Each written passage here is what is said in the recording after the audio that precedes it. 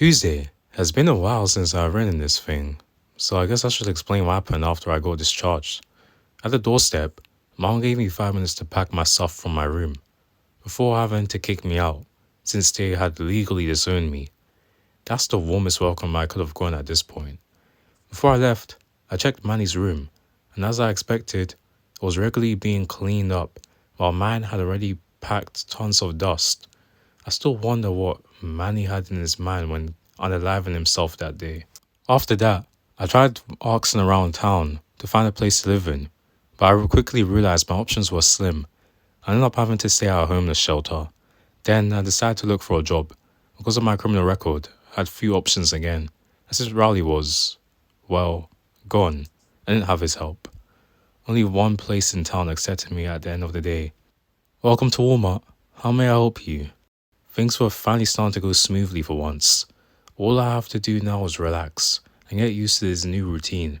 This is my life from now on. I got to try and make the best of this brand new start. Wednesday, everything is going downhill. I was at work, waiting for my shift to end, when a familiar face appeared. Mr. Jefferson? Obviously, word of me getting discharged spread quickly. Now, everyone in town is boycotting the store, so my boss had no choice but to let me go. I didn't even get to stay enough for a paycheck. Just my dumb luck. At least I hope nothing else will go wrong. Looks like the Jeffersons were the main contributors to all homeless shelters in town, and they threatened to cut all funding to any single one that hosted me. I guess they're still really sour about Rowley's death. And now I'm homeless by definition. I have nowhere to be, nowhere to work, and nobody wants me around. What other options do I have in a society that labels me for crimes I've never done? And there it was, the end to all of my suffering, a tiny needle gleaming in front of me. I guess this is the point where people usually write their unaliving letters. So here goes. Whoever reads this, I've been through a lot of pain in my life for sins I never meant to commit. I've learned that whenever you do anything, you're going to get labeled for your actions eternally. Even if you've changed or you didn't deserve the hurt, the world will still hunt you down for what it thinks you are. I suffered tons of pain, and now I'm going to suffer the most I have ever in my life. The final shove by my own hand, whatever waits me in the next world, if there is one. I hope I can finally rest. Goodbye, cruel world. Greg Heffley. Tuesday. First of all, let me get something straight. This is a journal, not a diary. Wait a minute. This feels familiar. Is this? I don't think I'm dead, but I should be after injecting air into my veins. What's going on? I'm home, and I'm writing on a red journal. Does that mean I took a peek off the living room, and yep, he's back. I may be stupid, but I'm not an idiot. Right, I need to know what's going on. Time to ask him. Wait, why am I back in my room? Did he bring me back here? How much time was I out of control? I checked the clock, and 20 minutes had passed. What could he have done during this time? Only after I looked down to my hands did I finally get the answers to my question. All written in permanent marker. Crap. From what I could make out from Manny's handwriting when he unalived himself while using my body, he left a part of his soul in me. As a result, when I unalived myself, we left the previous world and jumped to the next one. This is an alternate reality. That means I'm no longer a threat to him. As long as I don't try anything funny, that's a huge relief. After I washed myself at the bathroom, I started to think of what this all meant for me. But as I was deep into a long, eternal monologue, I heard Mom from across the hallway. Greg, don't forget to prepare for your first day of middle school tomorrow. Wednesday, as I was having breakfast, I heard the doorbell and went to open the door. It was Rowley. He was alive. He was standing in front of me. And for the first time since forever, I acted without thinking. Rowley. I'm sorry. I'm not ashamed of it.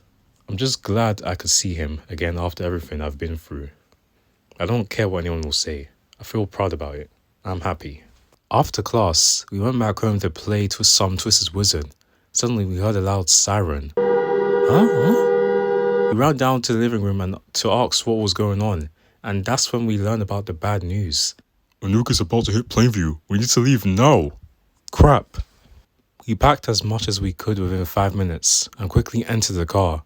We couldn't fit everything inside though, so Mom suggested taping Manny on the roof of the car and giving him a gun to clear out the traffic. That was obviously a terrible idea. What if he got shot? But Mom wouldn't hear a word from any of us.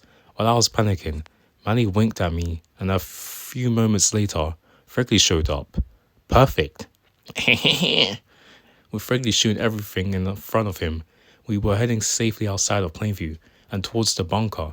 Despite the frequent bangs from the gunshots and the people screaming for help, I somehow felt at ease. I closed my eyes for a few minutes. I need a nap. I woke up to the pop of one of our tires. It looks like some biker shot it, which means we have to make an emergency stop and quickly replace it with our spare. As we were waiting for Dad to take the burst tire out, Fregley poked me in the shoulder and showed me a large real red book. I instantly knew it was the original diary. I think Manny must be using Fregley in order to guard it from falling into the wrong hands, but why would he be giving it to me? However, before I could ask him any questions, I heard a gunshot. Quick, Greg, take the diary! Fregley! The good news is that nobody else got hurt from the attack. The shooter just went ahead. The bad news is that we had no choice but to leave Fregley's body behind. It was only dead weight at that point. We quickly replaced the tire and continued heading towards the bunker. On our way, I asked Manny about the red diary. He couldn't give me much of an explanation, but he told me he felt some sort of power coming out of it, which is why he had to hide it from any harm. That's when I got an idea. I put the book on my forehead, closed my eyes, and started concentrating deeply into it. As more time passed, everything was going darker, more quiet, until I opened my eyes. Where am I? This place was the darkest of dark, a world of plain nothingness. I tried looking around, but that led to nowhere. There was not a single soul apart from mine, and maybe Manny! I started calling Manny's name. I knew he was here, but that was a bad idea.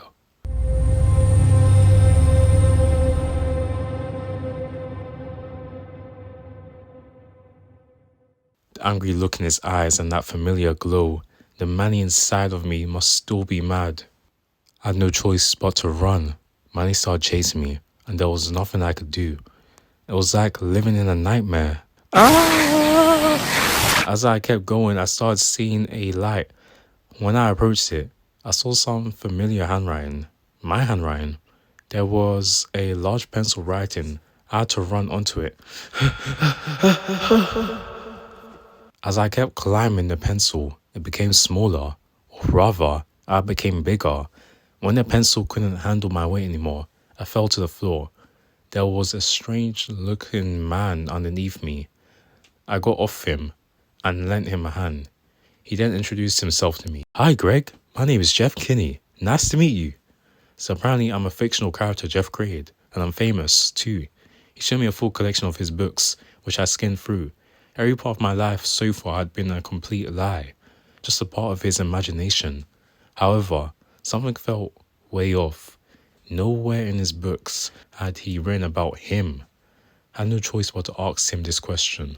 Have you ever heard of a psychic, Manny? I probably shouldn't have asked that question. You beatard! Talk about deja vu. I barely managed to avoid getting slashed by him by rolling away. I've never seen anyone this mad at me before. Had to do something fast or else it would have been all over for me. As we circled the tiny office, I grabbed a pen from the desk and quickly slashed him in the throat, but not before Jeff lodged his knife onto my shoulder. Jeff fell to the ground, coughing blood. He could barely breathe as he was gasping for air. He uttered his final words. Him. Don't let him escape. The real world is not ready. The first thing I did was clean and bandage my shoulder wound to stop the bleeding. Afterwards, I tried to find a way to hide the body, but how are we supposed to hide someone famous? And that's when I realized something. Jeff looks an awful lot like me. As long as I took his place and hid the body well enough, nobody would notice a thing. It's perfect. But first, I have to make myself look older. I hope I can find a makeup kit somewhere in his house. September 2020, Tuesday. Julie called today. Everyone at her job read my latest book and they loved it. She also got the results of my latest checkup and it looks like I'll have to cut down the smoking. I've noticed my voice has gone raspier over the last few years too. I guess it's high time I follow the doctor's advice. I suppose I could go outside while having one last cig and I'd know exactly who to share it with. Rest in peace, John Doe. D and I like this book.